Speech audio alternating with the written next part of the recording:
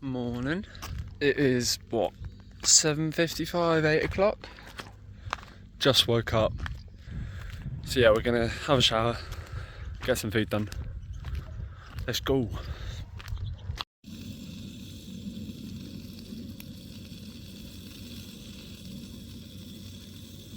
Right, I'll do the windows up.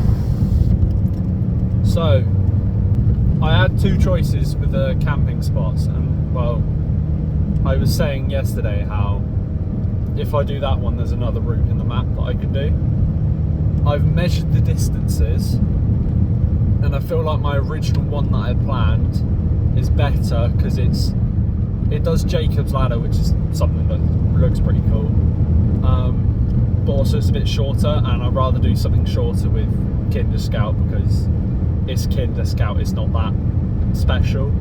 So we're doing the original one. It's not too far away. They're both similar distances anyway, so I'm not too bothered with that. Yeah, we're about 11 minutes away. It is just gone 10 o'clock. Hopefully can do this in about, should do it in at least 3 hours, 100%. 3 hours should be optimal. That'll get us done about 1. I think it's about 4.5 hours to the Pennines for number 3. Lot of driving again, gotta love it, but I'm looking forward to this one. It should be good. Kinder Scout's a unique one because it's not massive. It is the Peak District. You would think, oh, the Peak District, it should have mountains, but no, they are really small hills. But driving through it now, it is beautiful. Like the scenery I've got right now, I'm driving just above a valley to my left. It is nice. So yeah, we're gonna push on, get there in about 9-10 minutes, park up, get it done, get it sorted. I've sorted out my water issues and all that, and I've got snacks and I've got food, so I am set. Right, let's crack on.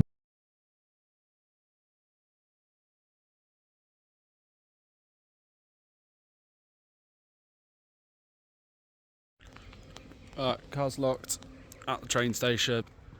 Let's go up Kinder Scout. This is definitely a lot busier. Loads of people. Easily about 50 people I've already just seen on the trail. Compared to yesterday, where there was about... I mean, the route I took, there was another group, like there was one couple and that was it.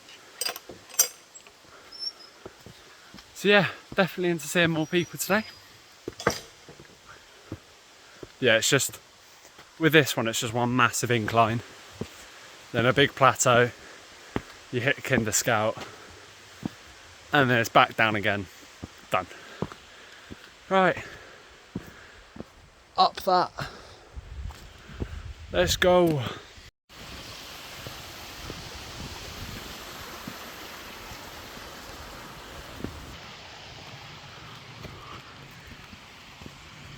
No update. We are just over half an hour in.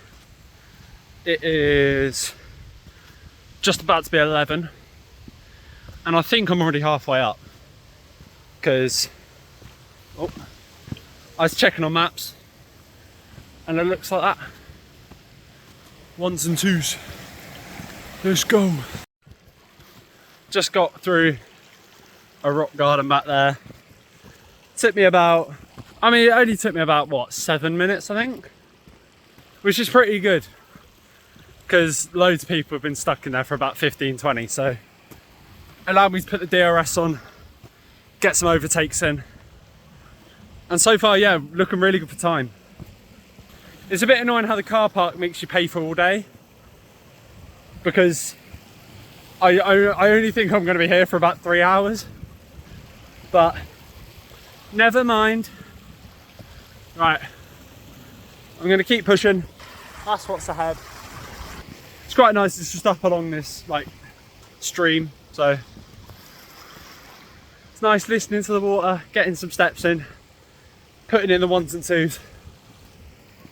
Right, I'll see you at the top. Alright, so I've decided to have a little sit down now, because if I can get one out the way, somewhat, I think about 100 odd metres from the top. So if I just get my break done now, as soon as I'm at the top, it's just along the plateau and down. so I can grind that out, get it all done quick. Time wise though, it's 20 past 11. We're doing good. Yeah, I'm in, I think it's called Foxholes, but yeah, it looks like that. Looks quite nice.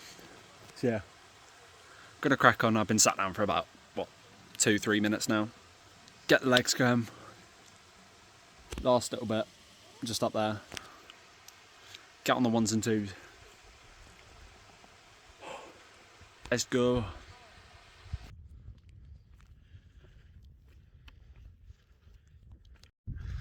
On top, done. Yeah, as soon as I had my break, I started walking again.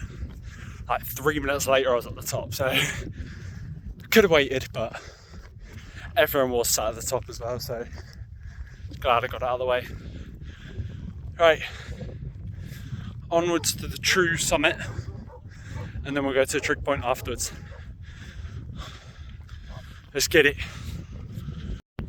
Just also going to give a moment of appreciation to the paths. Look at this. Oh, it's lovely. It is just like a posh country park walk. It is nice. No effort whatsoever, just walk along some stone. You got a few gravelly bits here and there, but quite a lot of it has just been this. And yeah, I get that because it's sort of like heathland, plateau, boggy stuff, but it's ace. So nice. You can, yeah, just get the K's in, bang them out. Right, onwards, nearly there. 1 hour in, over 4.5k. Pretty decent, seeing as I've just hiked up the entire side of a mountain, but yeah, nice.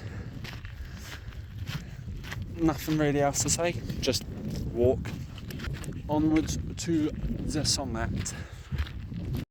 One thing I have noticed is the path I'm on, well, OS says it's a path, half of it is just massive boggy areas, and it's been a bit of fun to try to get through. I've not fallen in yet, but it's every now and then you get a bit of an opening. Like there's one right in front of me here, but it's just getting through some of these. Some of them are nice and dense and hard, but others are just, you sink straight in, so been fun to try and get through. Right, let's try and get over this. So that last little boggy patch I was in was a bit trickier than all the others, to be honest, as there wasn't really like much of a spot to jump through. But I managed to find a bit that looked really bad. There was actually loads of little grass tufts, so you could just walk on them, so that was quite nice. At the moment, just trying to make a beeline for the peak, really. There are some like paths dotted in here and there, like through this, so that's always slightly reassuring, but yeah, we keep moving. I mean, for how like unwalker friendly this is, it's not too bad. It's actually alright. You got to pay attention where you're stepping every time. That's a given, but if you just constantly keep an eye out, plan well, test little things, you'll be absolutely fine. No, I guarantee it says, people don't recommend walking on like these boggy, heathlandy, plateauy things. But if you're doing it for the sole purpose of trying to get to the true summit of the mountain, I think you'll be fine. If you just keep an eye out.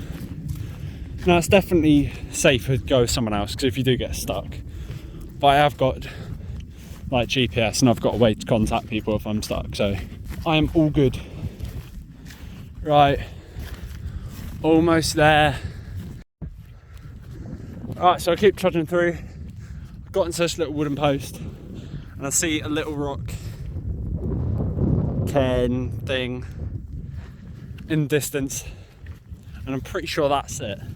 It's only 3 meters taller than the other trig point, which is over there, but 3 meters does matter a lot when you're trying to do all the summits. So if I have to go to the true summit by trudging through absolute sludge and bog and wateriness, I will do that, because that is the sole point of this mission. Right, let's keep going. Almost there, it's just in front of me.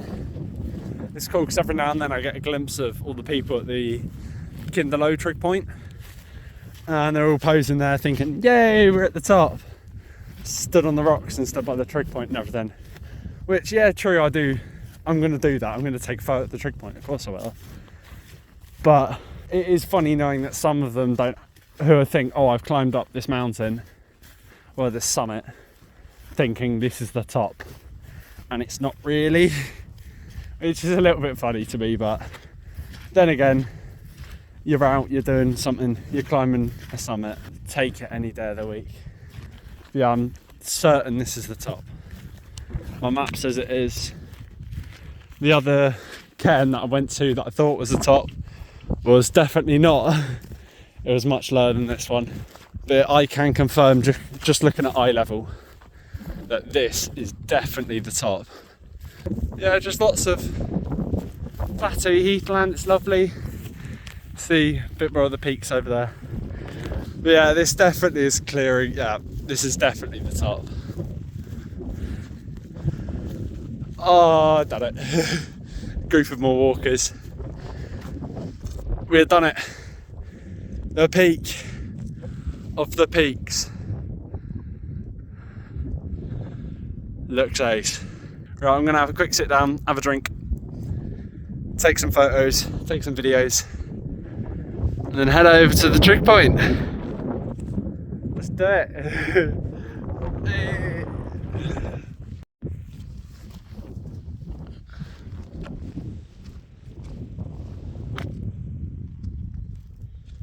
Legends. So yeah, I've just helped those lot out over there.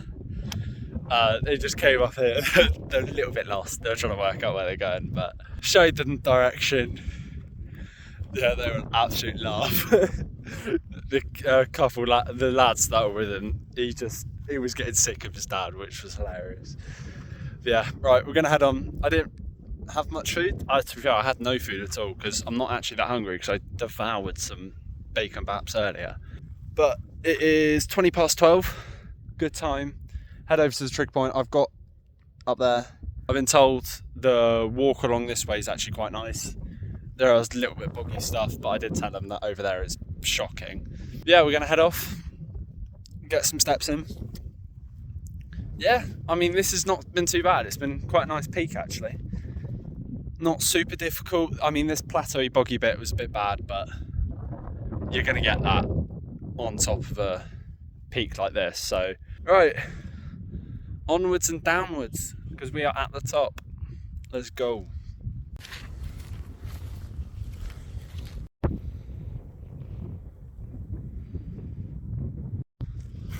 Oh, gee.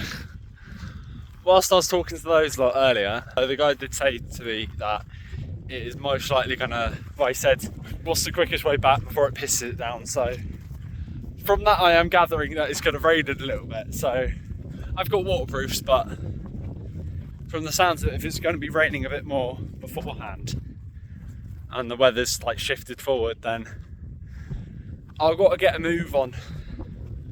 Which is not too bad because, I mean, the path I'm on now, you can clearly tell it's a path.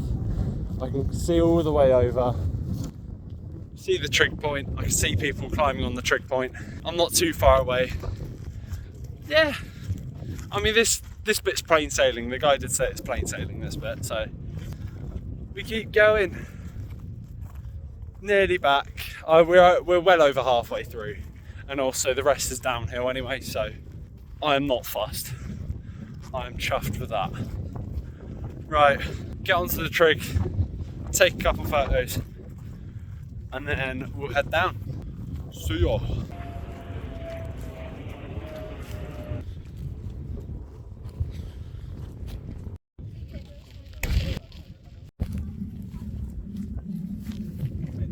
Alright, I'm getting some Taylor Swift on.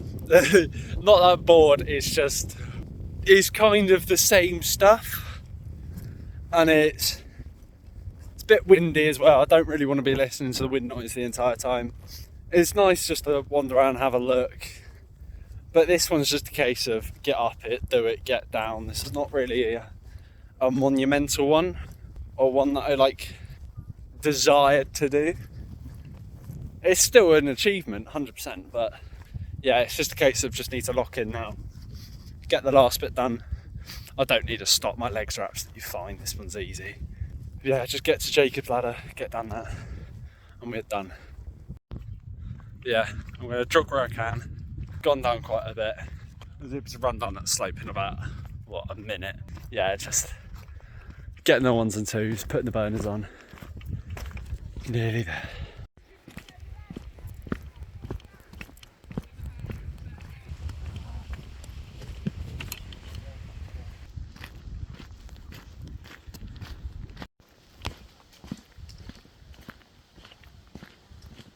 Right, I kind of really didn't think about recording. I just got back to the car, stopped my Strava, got in, relaxed, and then just started going on the move. Completely forgot, so apologies. My plan is, because I've got no signal, is I'm going to head up to Mamtor, the exit road essentially, out of here. Head up there, fingers crossed there'll be signal on top of there.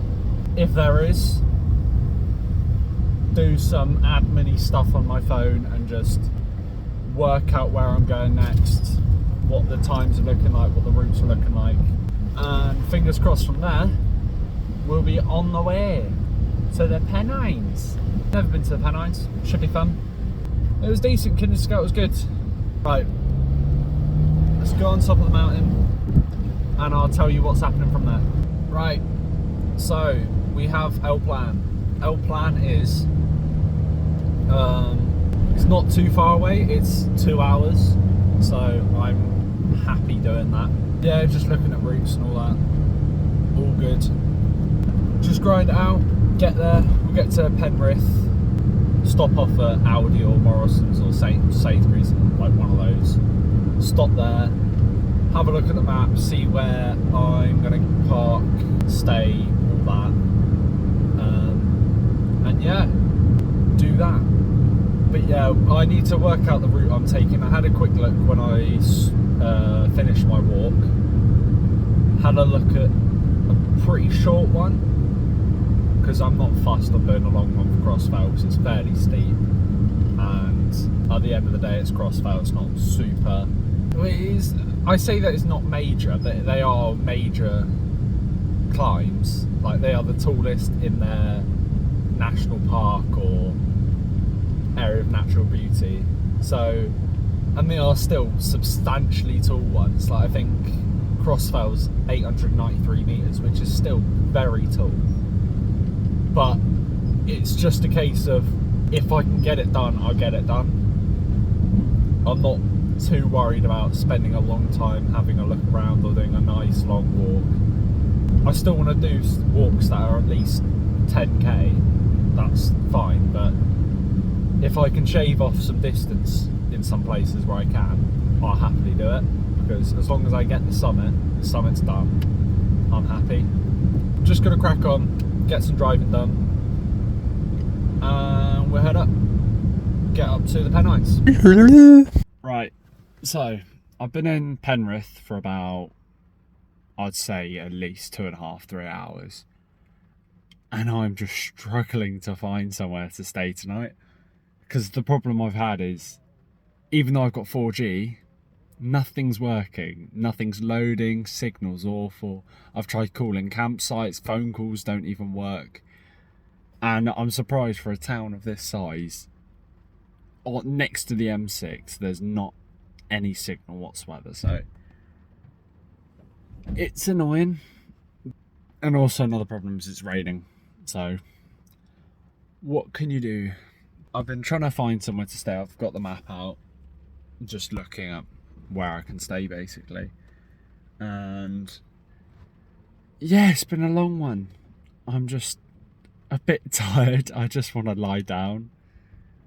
But yeah, I just keep looking over the map thinking, oh, where could I stay? But I'm leaning towards a campsite again tonight. I know it's not wild camping and it is cheating, but it's raining. I need somewhere to like park my car without getting kicked off or getting a ticket for. I keep looking. So I ditched the campsite idea, saw a car park on the top of the hill, thought, yeah, why not? I might as well just park there and stay there for the night.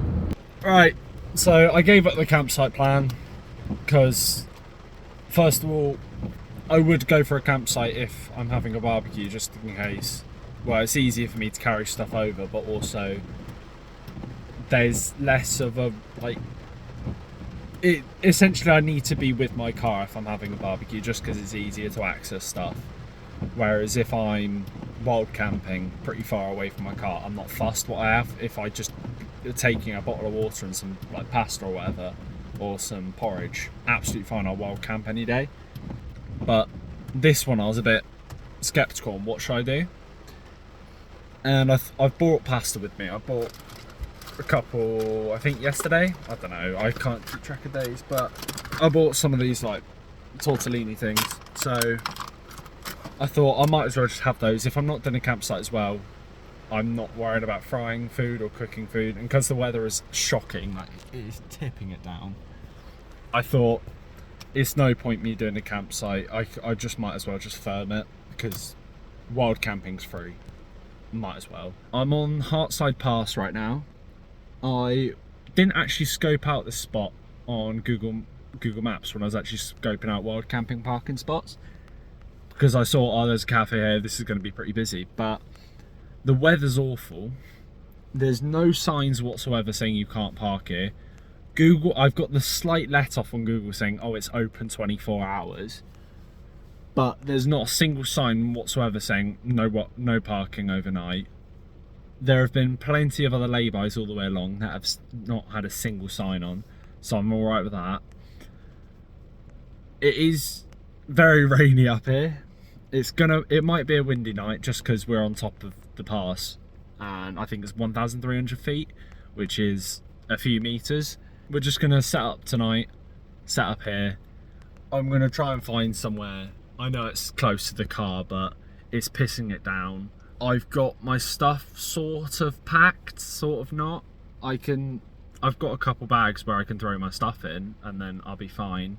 Yeah, I'm just gonna firm it up here tonight. I might as well. Cool. Wish me luck. Yeah, I'm gonna get absolutely soaked tonight. I've fully given into that, but I'm not too fussed. Right, enough yapping on about stupid stuff. Tent, food, sleep, no sleep, wake up, climb. If you haven't gathered already, we're in the Pennines, we're doing Crossvale tomorrow. I've waffled for way too long, haven't I? Right, I think I found the spot that we're going to camp in. So it's pretty far away, but I spotted it in the distance. I thought this looks really good. So got the car right there, and if we walk all the way along here, and it's just here, there's just this spot here, right here, car there, here, there. Yeah, I mean, I don't want to walk far. I really don't. I'm doing this for the sole purpose of, if I get kicked off, I don't have to trek 2 miles away. And also it's raining, so I can just get my stuff out, throw it inside the tent, and it doesn't get wet. Tent, poles, put tent up over there, done.